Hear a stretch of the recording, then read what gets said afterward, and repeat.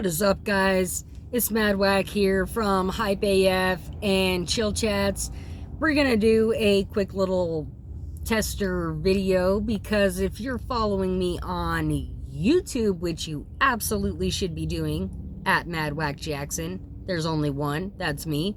One word, mind you.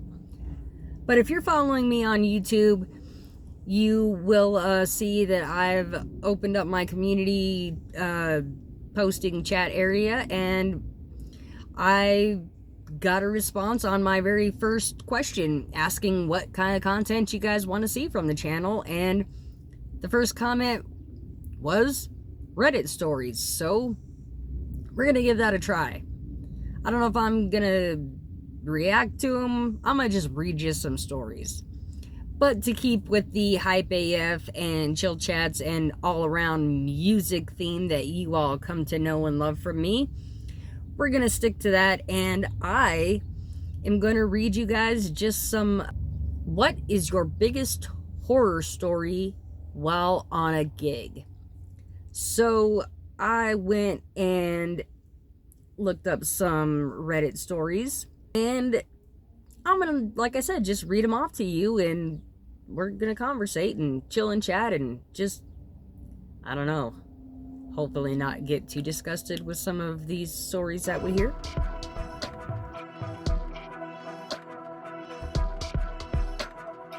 First one I found today to read for you guys. This one comes from random_19753. This is 2 years ago, you guys. But this is this musician's horror story while at a gig. I played a 4th of July gig outdoors in 110-degree heat, in black slacks, a long sleeve shirt, passed out about 45 minutes from heat exhaustion. It was a gig that was about 2 hours away from where I lived, and it was significantly hotter at the venue than I expected. It was a scary drive home. I felt so sick and nauseous all the way back. Okay, well that sucks. I'm sorry you felt that way. Diabetic, I can relate. But he goes on and continues. I also once in college had to sight read The Pirates of Penzance musical on 5 different instruments. I was a last-minute sub called in an emergency situation, including the basin book where I don't play the bassoon. My bad. Basin. Let me try that sentence again. I was called in last-minute sub on an emergency situation, including the bassoon book where I don't play the bassoon, and had to transpose it on the fly to bass clarinet. I also had never played the bass clarinet at the time, lol, but the guy I was subbing for left his instrument here for me, and I could at least sort of stumble my way through it, having known how to play the regular clarinet. That was the most embarrassing performance of my life. I totally botched it, and I'm sorry to the audience who had to listen to me. If you've never played a musical before, those books are hard AF and often in crazy key signatures, and you have to play the parts from multiple instruments for budget constraints. And there's usually lots of handwritten in changes. Even for a professional musician, it's not something you can easily sight read, especially if you are unfamiliar with the play. I don't know nothing about playing instruments, but that sounds pretty freaking terrifying to me. Random 197053. I'm sorry, but it honestly sounds like you didn't give up and you kept playing the gig, and that's what matters. You did your best, and I bet you there's people there who noticed. All right. I also want to put out here, at this exact moment, I do not have a Reddit account set up. But if this is something that you are finding enjoyable or might find enjoyable and want to contribute you have a horror story, whether it be at a gig or just something you might want to talk about, let me know. Maybe I will set up an account and you guys can send those directly to me. Let me know what you guys think. That was our first horror story. Let's see. Let me find this other one here. Okay. So, story number 2. This one's kind of a long one, but also not at the same time, because this person just kind of has conveniently listed 10 mishaps that they have encountered at a gig. And I would like to specify in no particular order. So this one comes from Love Fool 1. Number 1, again, in no particular order. A drunk woman grabbed and licked my neck while I was playing cocktail piano at a ritzy hotel. She got upset with me when I told her to stop. The manager scolded me for making a scene. Wouldn't have the lady removed and then tried to give me an extra $50 to drop it. I would not have dropped it, but don't hate me. I would have taken the $50. No joke. If I'm gonna be fondled, you're gonna pay me for it. That don't sound right either. You know what I mean? Give me your thoughts and comments on that one. Has that ever happened to you? Guys? Ladies? Has anyone ever jumped up on a stage or gotten a little handsy? Let me know. Number 2. Same person. Love Fool 1. An old man fell at a retirement home gig. Had to be taken out in an ambulance. It was like an open house summer special event there. The dude dropped not 10 feet from the band, where there was a crowd of people around him right in front of us, and the events coordinator tried to get us to keep playing anyway. How old is this? This is 2 years ago. That's crazy. That's crazy to me, especially since all of the Astro World stuff and everything going on. Me personally, I will be the first to admit that if I ever see something like that happen while I'm on a stage, I will try to stop the show. Whether I have the ability to or not is a whole nother question, and hopefully that never happens. But if you're ever at a show and something happens, it will stop, because I care about people's lives and I want to make sure everyone's okay. I feel like I had more to say to that and I totally forgot where I was going. Woo! So I guess we'll just move on to number 3. This one is at a wedding gig. They didn't have the power for a band.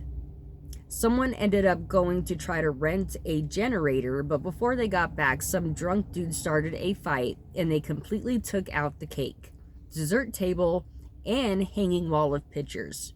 It was chaos. They never even ended up playing. Wow. That sucks. But, how was the rest of the wedding? Was the whole thing chaos? Was it just the set that got messed up? Like, I need some more details. Unfortunately, I'm looking at the comments and there are no updates, no comments to let us know how the rest of the wedding went off. All right.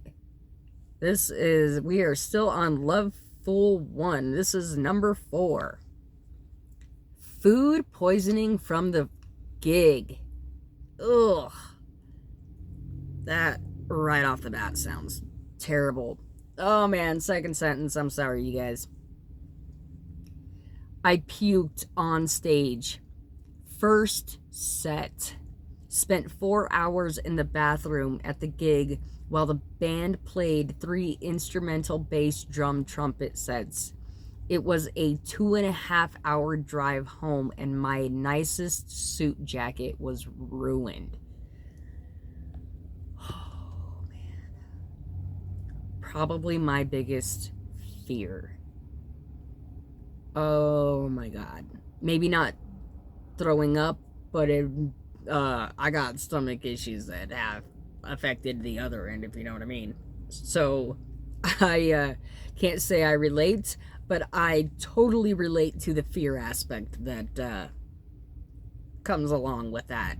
Legit terrifying. I am so sorry that happened. Also, musicians, this is just my personal opinion. Unless it's a pretty highly rated joint, I do not recommend eating from the gig. Unless you've been there, you're familiar with it, probably not a good idea. And again, unless this is a high rated, real nice place and you know what's going on, it's not really a good idea. Most gigs are selling you bar food and God only knows what else. I don't recommend. Alright, story number 5. A fender bender accident. I got rear-ended in the parking structure while getting loaded into the gig. It was the gig contact who hit me. He was pissed and acted like it was my fault. Finally smoothed it out, got loaded in and set up just before downbeat, only to realize his rear-ending my car had broken the power supply to my keyboard.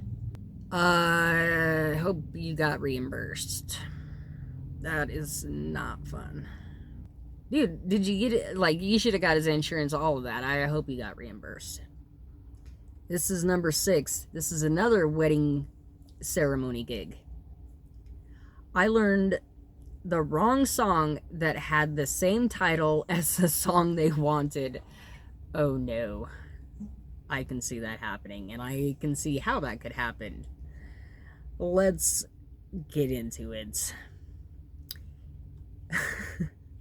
They never sent me a reference track. Who knew there was a gentle Christian tune also titled Living on a Prayer? I know there is now. Oh man. I mean,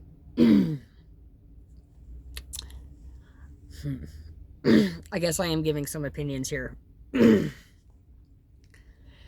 As a DJ or whatever band or whatever you're doing, if you're hired for a gig, I highly suggest you do your due diligence in finding out if you're not supplying the music, the DJ material, all of those things. You find out what your music needs to be brought to the venue on so that it is playable for the person hosting the show.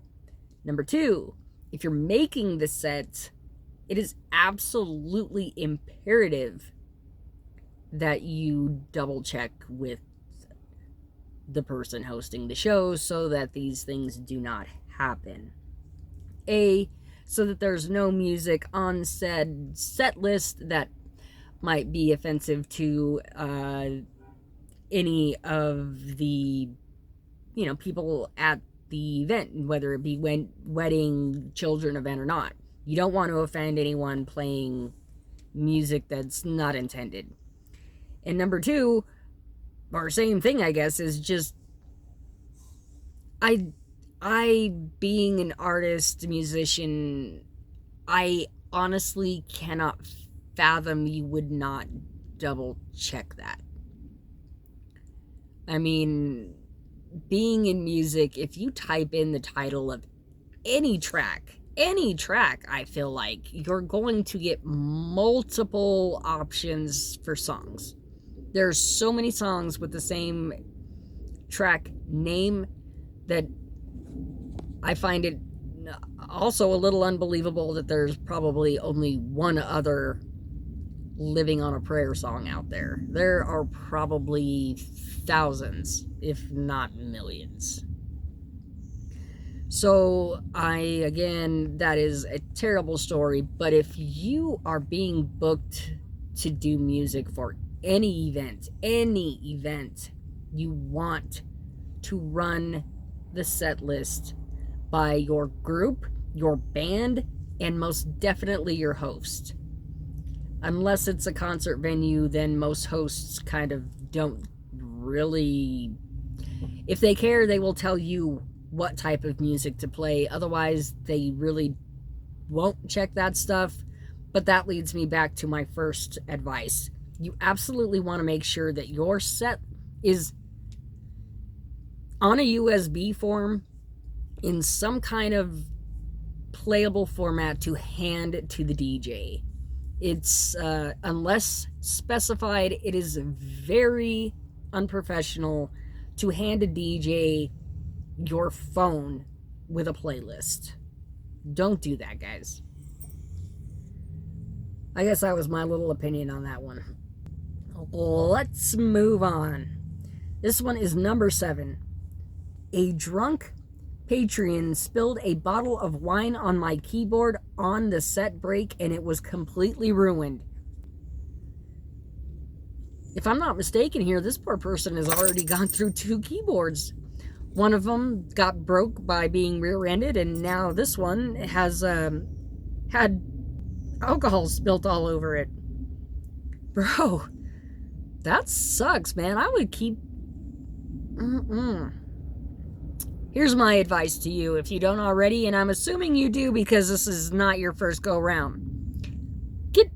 Find you some good insurance, homie, because I'm sure replacing this stuff has got to be costing you an arm and a leg. That sucks, dude. I hope nobody experiences this. I know accidents happen. And if you're the one making the accident, dude, you better at least be apologizing and offering these artists and musicians, band members, compensation for your drunk-ass mess-ups. Just my opinion. Number 8. Played a corporate gig where the bill